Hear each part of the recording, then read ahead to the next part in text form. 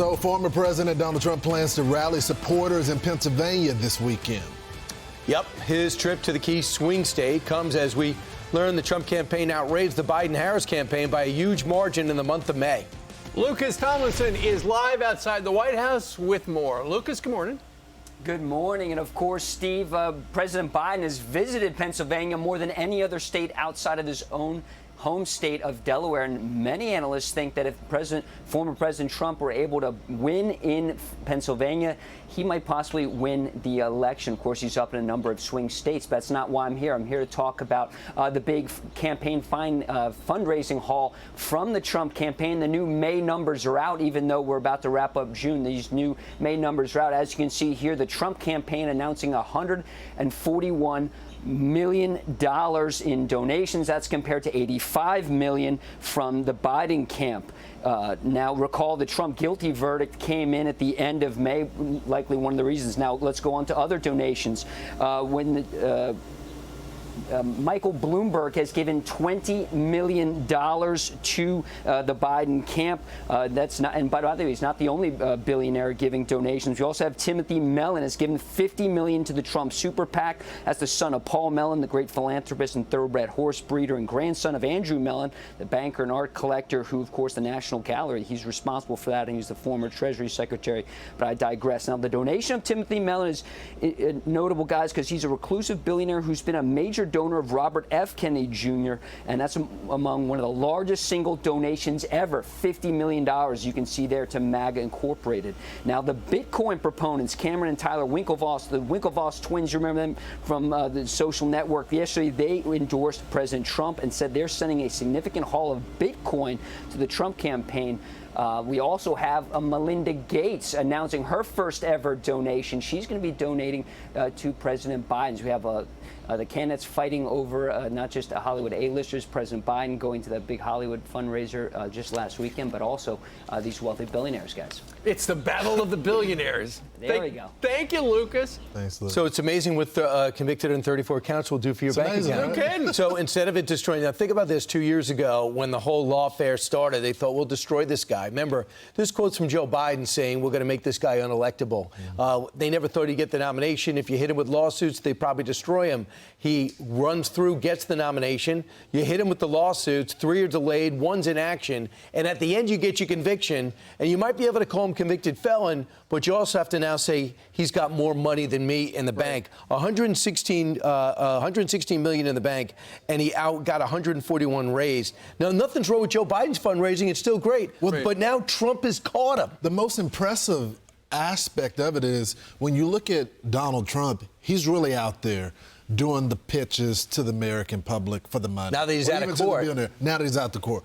But when you look at Joe Biden, he's really using the star power of celebrities as well as the former presidents, Bill Clinton, as well as Obama, to rally the money Coastal elites that most Americans cannot relate to. It's interesting that the Democrats thought this was going to be the nail in the coffin for Donald Trump, that conviction, but that actually motivated people to give money. He raised $56 million more in the month of May than Joe Biden. Well, and as much money as Donald Trump is raising, there's an item that just dropped in Axios that talks a little bit about how apparently fundraising ability will be a key factor in his choice for running mate, which explains a lot of stuff, because this week alone, a couple of days ago, we were talking about that billionaire summit that Tim Scott put together, raising millions of dollars for his organization.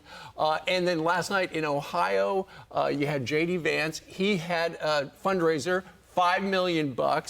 You look at Doug Burgum. He goes out, he raises as much money as he possibly can as well. So apparently, according to Axios, this is going to be a big consideration on who Donald Trump picks. And it sounds as well, during the RNC, when we are in Milwaukee, it sounds like they're going to have a big fundraiser the third night of the convention. And guess who's going to host that?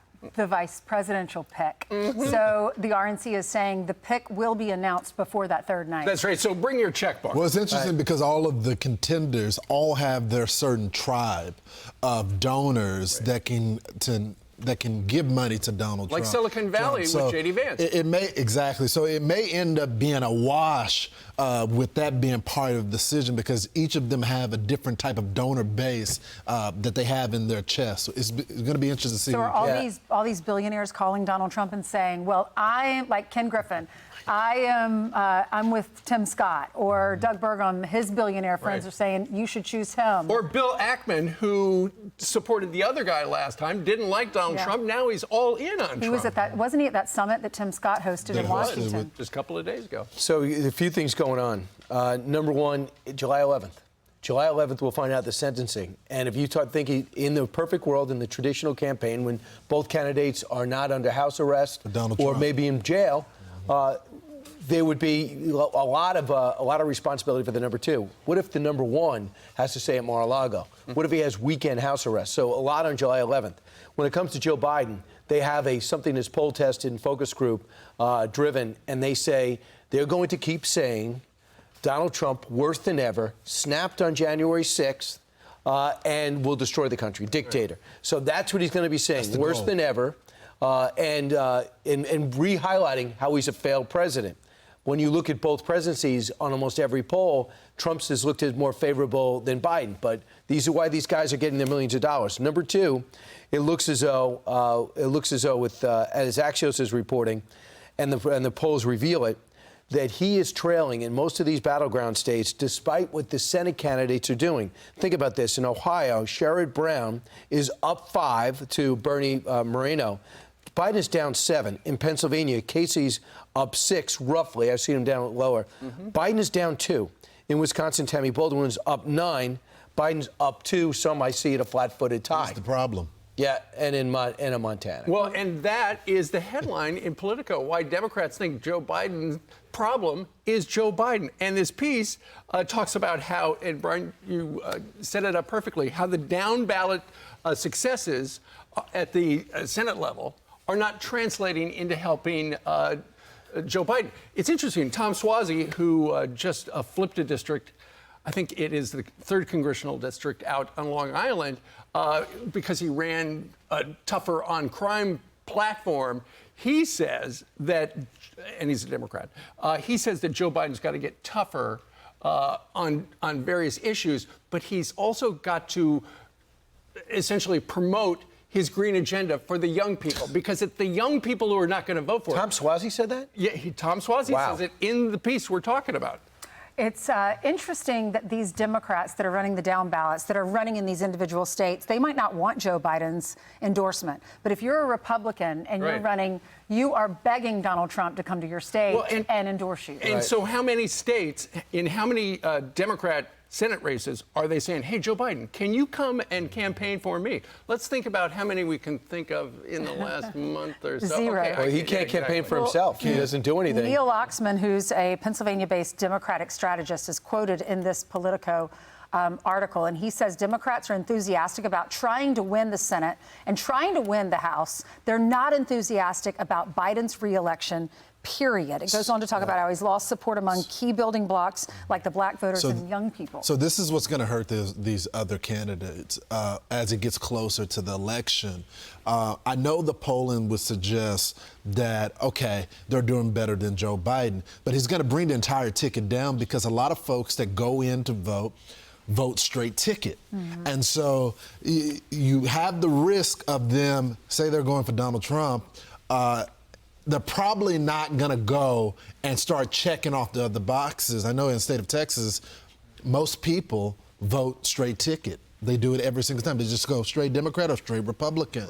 And so I think that is the concern now. They're not so much, these candidates aren't, the piece was written to really not just talk about Joe Biden, but to say, if they don't fix the Joe Biden problem, he has the risk of bringing all the other candidates. Some people might say, I don't like Joe Biden, so I'm just not going to go vote. Yeah. So then all that straight ticket. We always have Kamala Harris to fall back on. That's exactly. Because that's working so great. Right. Tom Suozzi's message also was strong on the border. And he's been down there a couple of times with his members-only jacket. And George Santos was doing such a good job. I mean, that also is part of it, too. Tom Suozzi came in there as a reasonable moderate, says we got to get this thing straightened out, and is replacing an absolute lunatic in George Santos. We'll see if that flips again. Well, the last couple presidential elections, the down ballot thing has been impactful. Down ballot candidates outran Donald Trump in 2020 and outran Barack Obama in their re-election years. So this is something we have seen before. We just haven't seen the numbers like they are. The cover of the New York Post today, swing for the fences, and among other polls out there right now, Emerson's got a poll that shows that Donald Trump is beating Joe Biden in 6 of the battleground states right now. And he's in a dead heat in Minnesota, so that'd be the 3rd state now in play. He wants to flip North Carolina, pouring a lot of money into it. But right now, Virginia, New Hampshire, and now Minnesota, as many suspected, border with Iowa, where he's winning big in a dead heat. So you better save some money, Joe Biden. You're going to have to spread it out to places you thought were more commercial. You got the former president that's going to all these states, hosting all these rallies, arriving back into Mar-a-Lago at like midnight or going to Bedminster, and you don't have Joe Biden doing the same thing. If he wants to win, he's definitely not showing that he wants to by his travel. I'm Steve Doocy. I'm Brian Kilmeade. And I'm Ainsley Earhart. And click here to subscribe to the Fox News YouTube page to catch our hottest interviews and most compelling analysis.